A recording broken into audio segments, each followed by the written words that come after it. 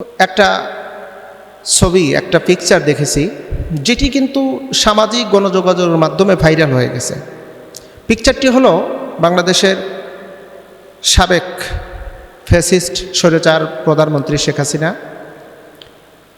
সে হাসপাতালে, তার শারীরিক অবস্থা একেবারেই খুবই কঠিন থেকে কঠিনের অবস্থা, শরীরটা একদম শুকিয়ে গেছে। এবং ছবিতে আরও দেখতে পাচ্ছি যে তার মেয়ে তাকে সহযোগিতা করতেছে।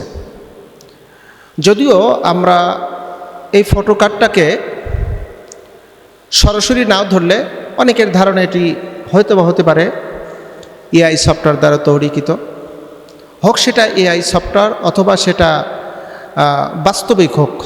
কিন্তু মূল বিষয়টা হলো যে যারা জালিম হয়, যারা স্বৈরাচারী হয়, যারা শোষণ করে, তাদেরকে কিন্তু আল্লাহ সুবহানাহু ওয়া তাআলা যুগে যুগে ঠিক এরকমভাবেই শাস্তি দিয়ে থাকেন। দেখেন, আমরা কিন্তু হরহামেশা দেখেছি ইতিহাস পর্যালোচনা করে, যেটা আমাদের চোখের সামনে অসংখ্য দৃষ্টান্ত আমরা দেখেছি। আপনি বলবেন সমাজ, আপনি বলবেন একটা নগর বা একটা জাতি অথবা একটা দেশ, এর ভিতরে সবচেয়ে বড় জালেম যে, তার কিন্তু পতন সবচেয়ে ভয়ঙ্করভাবে হয়েছে, তার ধ্বংসটা হয়েছে সবচেয়ে ভয়ঙ্কর। আমরা অতীতের ইতিহাস থেকে যেটুকু দেখে আসছি, যেমন নমরুদের ধ্বংসটা ছিল ভেরি ডেঞ্জারাস। ফেরাউনের ধ্বংসটা কতটা নিকৃষ্ট, যেটা আজও পর্যন্ত ইতিহাসে জ্বলন্ত প্রমাণ। এমনকি মিশরের পিরামিডে তার এখনও সেই বডিটা, তার এই লাশটাকে এখনও রাখা হয়েছে, কঙ্কাল। আমরা যুগে যুগে, ইতিহাস কখনো মিথ্যা হয় না। ইতিহাস আমরা যা দেখেছি, যারাই স্বৈরাচারী, যারাই ফ্যাসিস্ট হয় বা যারাই জালিম হয়, তাদের উপরে আল্লাহ পাকের লানত আসেন। এমনকি আল্লাহ সুবহানাহু ওয়া তাআলা নিজেও বলেছেন, ইন্নাল্লাহা লা ইয়াহদিল কওমাজ জালিমিন, জালিমকে আল্লাহ পাক কখনো হেদায়েত করেন না। এটি কিন্তু বাস্তব সত্য কথা। জালিমকে আল্লাহ পাক কখনো হেদায়েত করেন না, তাদের ধ্বংস অনিবার্য।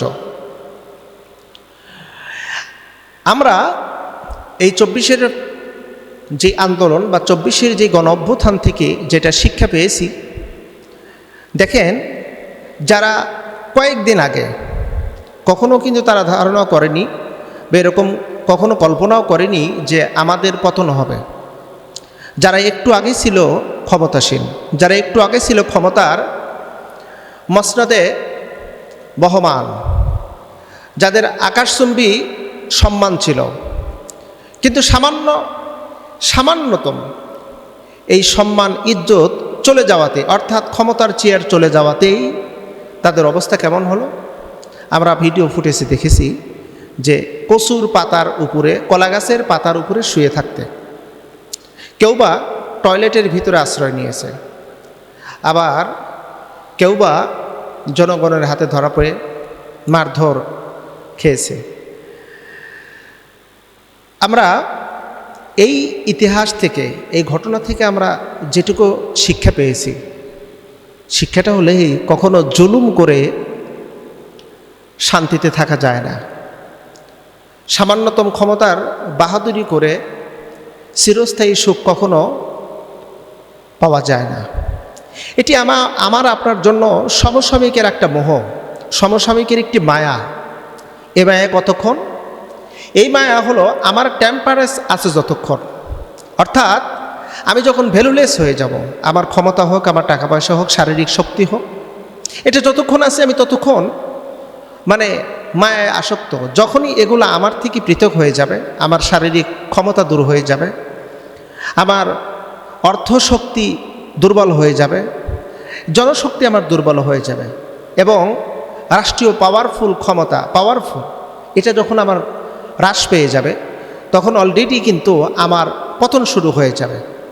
অর্থাৎ এই দেহটা সমসাময়িকের জন্য দুনিয়ার মায়া পড়েছে। আল্লাহ সুবহানাহু ওয়া তাআলা ব্যাপারে বলেছেন, ওয়ামাল হায়াতাদ দুনিয়া ইল্লা মাতাউল গুরুর। আল্লাহ সুবহানাহু ওয়া তাআলা বলেন যে পৃথিবীটা হলো সমসাময়িক, তোমাকে মত্ত করে রাখবে, পাগল করে রাখবে। কতক্ষণ রাখবে? অর্থাৎ জাস্ট ফর লিমিট টাইম, মানে তোমার সংক্ষিপ্ত সময় কতটুকু? আমার এই দেহটা যতক্ষণ শক্তিশালী আছে ততক্ষণ, আমার সম্পদের পাওয়ার আছে যতক্ষণ, হয়তোবা আমার এই যে রাষ্ট্রীয় ক্ষমতা, প্রশাসনিক ক্ষমতা, এই ক্ষমতা আছে যতক্ষণ, ততক্ষণ আমার দুনিয়ায় আমাকে পাগল করে রাখবে। যখন এটি সরে যাবে, চলে যাবে, তখন দুনিয়ার কাছে আমি হয়ে যাব বোঝা। তখন দুনিয়া আমাকে কখন যেন লাথি মেরে বের করে দেবে, তাদের এই দুনিয়াটা আমাকে আপনাকে পৃথক করে দেবে। আজকে যেই ভিডিও ফুটেজ, যেই বক্তব্য, যেই ফটোকার্ড নিয়ে আলোচনা, এটি আসলে মূলত আমার আপনার জন্য শিক্ষার জন্য। অর্থাৎ এই ফটো থেকে আমাদের শিক্ষা নেওয়া উচিত হলো যে ভবিষ্যতে কেউ যেন আমরা এই জালিম পর্যায়ে না যাই, কেউ যেন আমরা ক্ষমতায় বসে যেন আমরা নিজেরাই মানুষের উপর জুলুম যেন না করি। একটি মারাত্মক কথা হলো, আল্লাহ সব গুনাহ মাফ করেন, কিন্তু মানুষের উপর জুলুম করা এটা আল্লাহ পাক সহ্য করতে পারেন না। বরং যিনি জুলুম করেন তার উপরে আল্লাহ সুবহানাহু ওয়া তাআলা কঠিন থেকে কঠিনতর শাস্তি প্রয়োগ করেন, তাকে ধ্বংস করে দেন। আমরা রিসেন্টলি বর্তমান কিছু দৃশ্য আমাদের চোখের সামনে দৃশ্যমান। অতীত থেকে আমরা শিক্ষা নিচ্ছি না, অতীত থেকে শিক্ষা আমরা নিচ্ছি না, অথচ কিছু মানুষ নতুন করে ওই পূর্বের জালিমের মতন হওয়ার চেষ্টা করতেছে, পূর্বের জালিমের মতন হওয়ার চেষ্টা করতেছে। এটি কেন, কি জন্য, কেন, কি জন্য করতে হবে? শিক্ষা নেন না? শিক্ষা যদি না নেন তাহলে লিখে রাখেন, যারা জালিম হবেন, পূর্বের যারা গেছে, ঠিক ওই কায়দায় আপনাকেও কিন্তু যেতে হবে, ছাড়া হবে না আপনাকে। আপনি মনে করছেন হয়তোবা যে না, আমি তো পেয়েছি যথেষ্ট পরিমাণ শক্তি, আমার এই শক্তিটাকে ব্যবহার করে আমি চালিয়ে যাব। আমি বলি বন্ধু, না, তোমার এই ধারণা সম্পূর্ণটাই ভুল। এই জন্য ভুল, কারণ হলো ক্ষমতা চিরদিন নয়, চিরস্থায়ী নয়, ক্ষমতা হলো ক্ষণস্থায়ী। তো এই ক্ষমতা ক্ষণস্থায়ী, ক্ষমতার মধ্যে তুমি যদি নিজেকে শুধরায় নিতে না পারো, নিজেকে যদি সঠিক পথে পরিচালিত না করতে পারো, তাহলে তো তুমি ওই পূর্বের যিনি গেছেন ওনার মতনই তো তোমার অবস্থান হবে। আশ্চর্যকর বিষয় হলো কি, আমরা অতীতকে কখনো মনে করি না, অতীতকে আমরা স্মরণ করি না। অতীতকে যদি স্মরণ করতাম আর মনে রাখতাম, তাহলে আমাদের দ্বারা কোনো মানুষ, আমাদের দ্বারা দেশের কোনো ক্ষতি, আমাদের দ্বারা কোনো প্রকারের অনিষ্টতা হতো না। এটাই হলো আমাদের সবচেয়ে বড় ব্যর্থতা। এই জন্য আল্লাহ সুবহানাহু ওয়া তাআলা বলেছেন, ইন্নাল ইনসানা লাফি খুসর, মানুষ ক্ষতিগ্রস্তের ভিতরে আছে।